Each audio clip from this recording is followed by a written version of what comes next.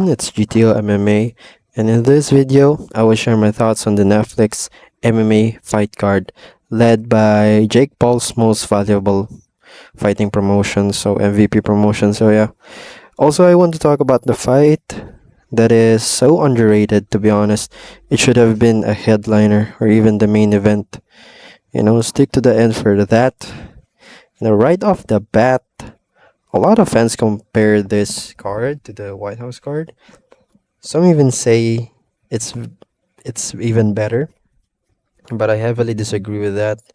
The White House card is nothing special, but at least it's not headlined by old and washed up fighters like Rousey and Carano. Uh, both of these fighters are way past their prime, and this would probably be the last fight of their careers.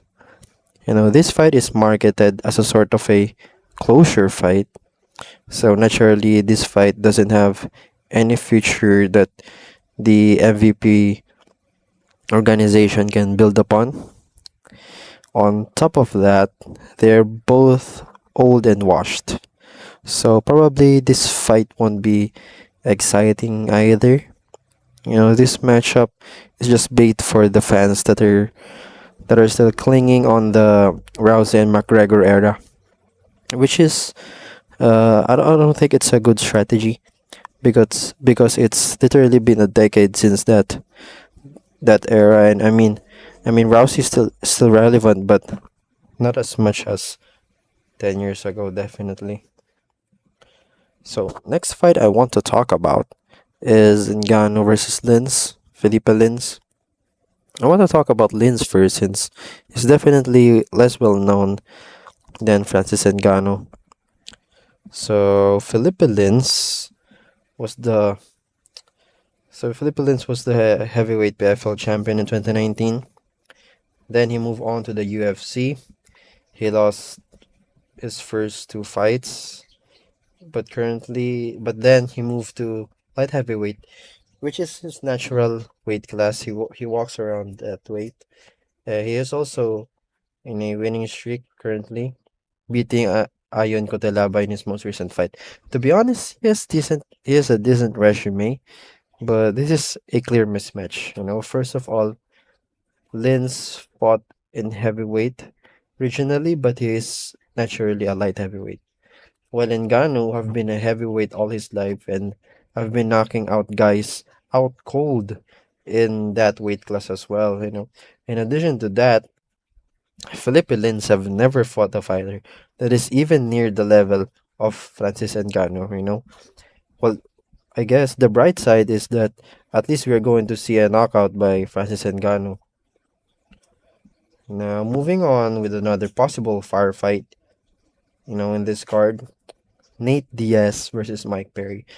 This fight could have been better if this was made in like 6 years ago or 3 years ago. I don't know. No, 6 years ago at least. With Nate having a slight advantage 6 years ago, but now I'm not really sure.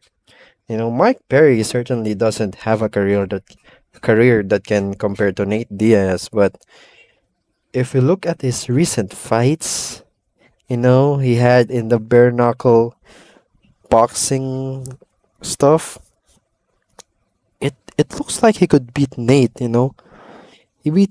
watched MMA fighters there as well, but you know I think he has a decent chance. If Nate has wants to win, he could use his jiu-jitsu, definitely. But the bottom line is he is already too old to be trading shots with Mike Perry, who is on a 4-win streak in bare knuckle boxing, and all of those ended in TKOs. So yeah. Now I want to talk about a couple of underrated fights. No, just one. Actually, out of the other fights in this card are pretty shit. First off, Adriano Moraes versus Muhammad Mokaev. The two best flyweights outside of the UFC, hands down, man. All right, Adriano Moraes famously TKO'd the GOAT Demetrius Johnson in one championship. That win speaks for itself. Though DJ won the trilogy, Adriano Moraes delivered the only TKO loss on Demetrius Johnson's record, while Muhammad Mokaev is undefeated with wins against fighters like Manel Cape and Charles Johnson. I don't like Mokaev personally just because of his attitude. He he talks like he fights very in an exciting manner, but to be honest, he's I don't like him. I don't like him, but I also believe he got done dirty by the UFC. It's obvious that he has potential to be champion, but the UFC doesn't want a fighter that can be considered to be boring to watch. You know, as a champion, basically, his fighting style is not exciting at all. But in terms of his skills, he's one of the best flyweights in the world right now. Anyways, that's all I have for you today. Tell me your thoughts and opinions about the Netflix MMA card down below. Also, follow my X account at GTO_MMA. Like and subscribe if you like the video. Thank you for watching.